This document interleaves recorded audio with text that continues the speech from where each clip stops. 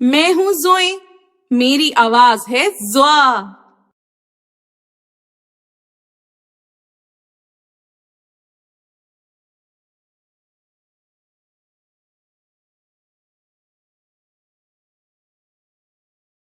پہلے میں آپ کو ایک کہانی سناتا ہوں۔ شام کا وقت تھا۔ ظفر کے ابا گھر کے لان میں بیٹھے چائے پی رہے تھے۔ وہ ساتھ ساتھ اخبار بھی پڑھ رہے تھے۔ ظفر اپنی پالتو بلی سے کھیل رہا تھا۔ اچانک کسی نے بیل بجائی۔ ظفر گیٹ کی طرف دوڑا تاکہ جلدی سے دروازہ کھول دے۔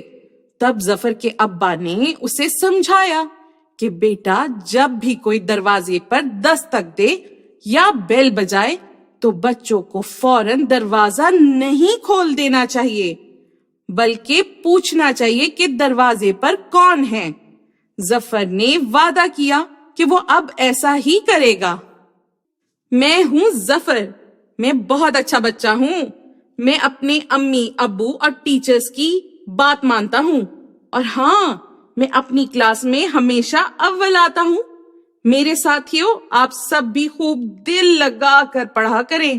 اللہ حافظ۔ چلیں دوستو، اب میں آپ کو اپنے کچھ اور دوستوں سے ملواتا ہوں۔ ہم ہیں ظروف۔ ہم تو سب کے دوست ہیں۔